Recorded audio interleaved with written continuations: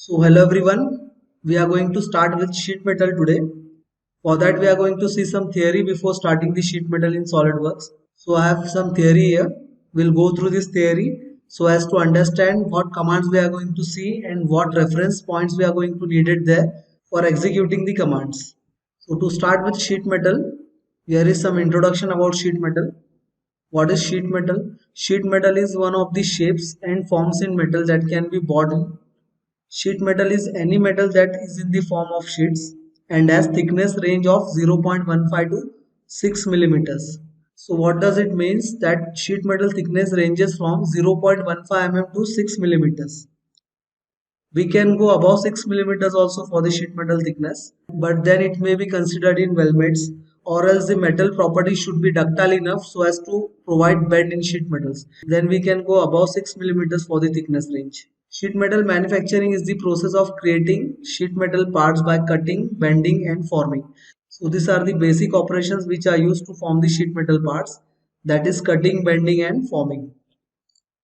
Sheet metal is a thin, flat form of metal. It is shaped by rolling methods such as hot rolling and cold rolling. So there are different methods to provide sheet metal parts. One of the two major methods are hot rolling and cold rolling by using different kinds of cold rolling or hot rolling equipments. Now you can see one image is showing here hot rolling process. In the kinds of parts we are going to manufacture in sheet metal. This kind of parts can be manufactured by using sheet metal.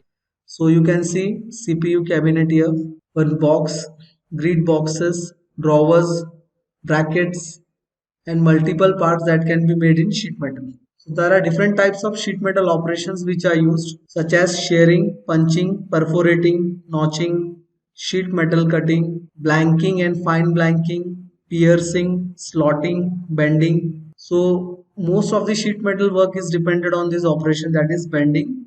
So we will see what is bending. So what is sheet metal bending? Sheet metal bending refers to the process of shaping the metal sheets. Manufacturers bend the sheets to make them easier to use in various products.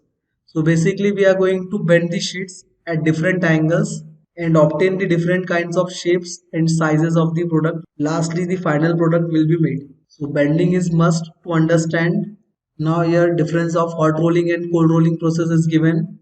So before learning sheet metal in SolidWorks, you need to understand what is hot rolling and cold rolling process also. So just go through the difference between the hot rolling and cold rolling operations. It is available anywhere on the net. Then here it is shown bending terminology. One piece of sheet metal piece is bended here. You can see. So this straight portion it is shown as flange length, and this straight portion which was earlier then bended was shown as setback. Here this neutral axis portion in between which is bended, it is known as bending allowance. This width of the sheet metal piece is known as bending length. Here the inner side of the angle it is known as bending angle, and the inner side of radius is known as bending radius. Outer side is not known as bending radius. We have to refer bending radius as inner side radius. So always keep in mind that we are going to refer inner side radius as a bending radius. Here it is given a thickness. This is the neutral axis which changes its position after bending. So this is the basic terminology of sheet after bending. So there are some terms which we are going to require, such as K factor, bending allowance, development length. Sometimes K factor, bending allowance, development length formulas and problems are also asked. So you should be prepared for understanding what is K factor, what is bending allowance, and what is development length. So here we will see K factor. The K factor in a sheet metal working is the ratio of neutral axis to the material thickness. Now what it means that K factor you can see here, small t by capital T. So this small t is nothing but neutral axis offset. You can see here, this is the neutral axis, and the distance from the inner side of the sheet metal piece to the neutral axis is known as neutral axis offset. So this is referred as small t, and the total thickness, that is sheet thickness, is referred as capital T. So the ratio of small t by capital T is nothing but K factor. Further you can read here, when metal is bent, the top section is going to undergo compression. You can see here, this top section is going to go under compression here, and the bottom section will be stretched. So this bottom section is stretched here. the line where the transition from compression to stretching occurs is called as neutral axis. So the line where the effect of compression and expansion does not occur or does not have any effect, that is known as neutral axis. So this location of neutral axis will not be same as in middle. It is going to differ depending on physical properties of metal or material and the thickness of the material. So in short we can say the K factor is the ratio of neutral axis, that is small t, and the material thickness, that is capital T. So the K factor is given here, and one chart is showing here different kinds of K factor referred according to the material and properties. So here you can see if the radius is equal to thickness, then aluminum will have the K factor as 0.33. If it is steel, then it is going to have K factor as 0.38. If it is hard steel, then it is going to have K factor as 0.4. And suppose if radius is going to be 3 times the thickness, then aluminum will have the K factor as 0.4.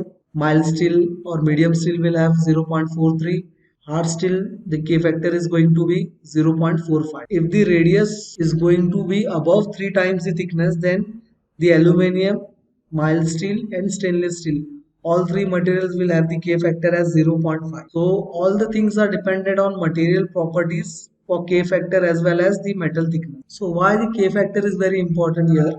It is because we are going to find development length, and in development length calculation bending allowance is required there.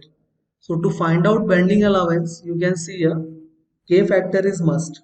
So this is the formula to find out bending allowance, that is bending allowance BA equals to capital A pi by 180 in bracket R plus KT. So all the initials, the meanings are given here. BA stands for bending allowance, A is for bending angle, R is inside radius, K factor, then material thickness. So K factor plays very important role to find out bending allowance as well as development length of the part. Bending allowance formula is given. You should understand this formula and then go for calculating the development length. The development length formula is given here. LT stands for flattened length equals to A, that is straight flange length, plus B, that is straight flange length of the other side, plus bending allowance. So this part was having two straight flange lengths as well as one bending allowance. So we just have to add all these things, A plus B plus this bending allowance, and you will get the development length. So this was the theory we required to understand before starting the sheet metal work. Now we will go for SolidWorks and go for sheet metal commands. So to start with sheet metal, the first command we are going to see here is base flange. For base flange, you can either make open sketch or you can go for the close profile also. Both are applicable here. So we'll start with base flange command. You can see here. Select the command, required plane, and go for the sketch. I'll make one zigzag cross section here, one yoke plate. Provide the dimensions required. I'll say it 50 mm. This one has 25 mm and the other one has 35 mm. Now after putting the values required, we don't need to put up the fillets here as it will take bending radius. So directly we will exit the sketch, say sheet metal and base flange. So in base flange, first option is direction 1. We have to provide the extrude distance here. I'll take it as 50 mm. Provide the reference from mid plane. If you want to reverse the direction of the thickness, you can see the thickness is coming at the outside of the sketch. You can reverse the direction. Then go for the thickness option. I'll put up the value here as 1.5 mm. And I'll keep the same value for bending radius also here, that is 1.5 mm only. K factor as 0.5. So the values we have taken here are extrusion for 50 mm, thickness of 1.5 mm, bending radius of 1.5 mm. Bending radius should always be equal to thickness or more than thickness. It should not be below the thickness, or else the part may be weakened from the bending area there. So that's why bending radius is always taken as equal to thickness or more than thickness. I'll say it okay here. Now this part is completed using base flange. Parameters we have provided were K factor, bending radius, thickness and direction of thickness. Now we will start with new file here. Select the sketch. We are going to make one panel in sheet metal. For that I'll make one base flange using midpoint line here. I am taking midpoint line as because I want all the reference plane to come at center. That's why we are starting the part with center line only or midpoint line only. Say horizontal. I'll take this distance as 300 mm as I want the panel box width to be 300 mm. As I want this panel box width to be 300 mm. Next, sheet metal base flange. Put up the extrusion value here. I'll say it 150 mm. I'll take it from mid plane and then say OK. Thickness here I have taken 1.5 and bending radius also as 1.5. K factor as 0.5 only at this time. Say it OK. If I want to reverse the direction of thickness, again I'll go for base flange. Say edit feature and reverse the thickness. Now you can see the reverse thickness.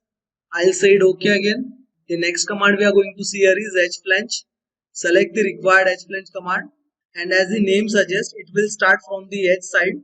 I'll select one of the edge and put up the height here. Click on the screen and then go for the flange length. So I'll put up the length here as 80 mm.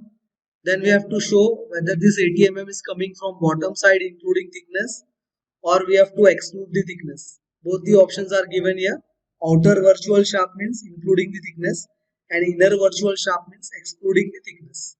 So I can go for either options here.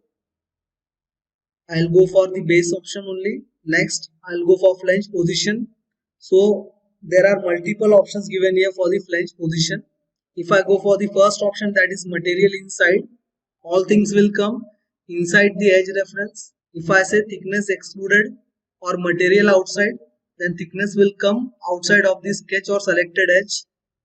If I go for the total material bend outside, select the bend outside option, all the bending will come outside the edge reference. So these are the three options given here. First one is material inside, second is material outside excluding thickness, and third one is given as bend outside. Complete bend will come outside the edge. I'll keep material inside. Usually it is referred as material inside only. Then this trim side bends, we'll see it later. Then the other command here, it is given as offset. If I want offset, I'll go for offset. The flange position will take offset distance from the edge. We can provide here the distance required, say 5 mm. So instead of coming from the edge, now the flange is coming by taking offset distance of 5 mm from the edge and then going for the height required. So it is one of the flange position only. First we have seen all these three positions, then we have seen this offset option. Suppose if I put off the option, again it will refer from the edge only. Next, if I want to change the angle, above options are given here as angle. So I'll take this angle as 135. Now it is taking bending from 135 degrees. If I want this length 80 mm to be tangent from this radius, I'll go for the third option here for the flange length, that is tangent bend. Now this 80 mm is coming from the tangency, imaginary tangency line and this particular edge. So in between distance it is coming as 80 mm. I'll again put up the value for the angle as 90 degrees. Next, if I want to edit the radius of the bending, then I can put off this option and go for the editing option for the bend radius. You can also edit the edge flange profile from here. Select the edge flange profile. And then you just need to drag from the bottom sides and provide the distance whatever you require from the sides. I'll put up this distance at 50 mm here from this side and 50 mm from the other side also. Now this flange is coming at center of the edge. Just finish the option, it will be updated there. Now we can see here gap is coming. It is called as auto relief. This gap is compulsory is to be given. It is because when you bend the flange from the middle portion of the edge, multiple stresses will be developed here and the area of this metal will have shrinkage here. So to avoid the shrinkage from this area as well as to relieve the stresses from this bending here, we have to provide this gap, that is called as auto relief. So this auto relief you can see here on both sides. For that we have to give the values here. So go in edit flange and at the last you can see custom relief type. So here in custom relief type, I have taken the option here as rectangular shape relief type. So that's why it is showing a rectangular shape here. If I want to change the type, I'll say round. So it will take a round portion here. Again I'll go for rectangle. And this width and depth is totally dependent on the ratio given here, that is 0.5. So what the ratio value here it means is, suppose if I am having a thickness that is 1.5 mm. So if ratio is taken 0.5, then it will take the gap or depth in value as half of the thickness. That's why it is taken 0.5 ratio. It means half the thickness, that is 0.75. You can click and see here, this value is coming 0.75. Also the width, it is coming here as 0.75. And this one is horizontal one is width and the vertical one is depth. Suppose I want multiple flanges together. I'll again go for the flanges option. Select the required flange and you can click on the other edges also to make the edge flanges. All the four side edge flanges are completed here with flange length of 80 mm and angle as 90 degrees. Here you can see the gap as 0.5 mm. It is shown here 0.5. Now if you want to change the gap, you can go for the gap option and say 1 mm. Then this gap is updated for each corner, that is 1 mm. Say it OK. Now you can see 4 edge flanges are given here. Suppose if I go and delete one of the flange, now you can see only 3 edges are showing here. One edge I have deleted here. It is because I want to take this edge of different height here. That's why I have deleted the edge. I'll say it OK and again say edge flange for the second time. You can see I'll go for this edge and put up this height as 130 mm. Say it OK and now I'll go for the flange positions. You can see blind 130 mm position is taken from the bottom face including the thickness to the end of the height, and the flange position here it is taken as outside the bend. I'll say it material inside and then OK. So after saying material inside, if you go for this condition at this time, after changing the height, these bends will overlap each other. So to avoid this overlapping, I'll again go for edit flange and here I will say trim side bends and then OK. Now this overlapping side bend is been trimmed here. For that only that trim side bends option is given so as to avoid the overlapping of the bends. Now you can see these 3 flanges are of different height and the other second option we have taken here is of another height. So this was edge flange option given.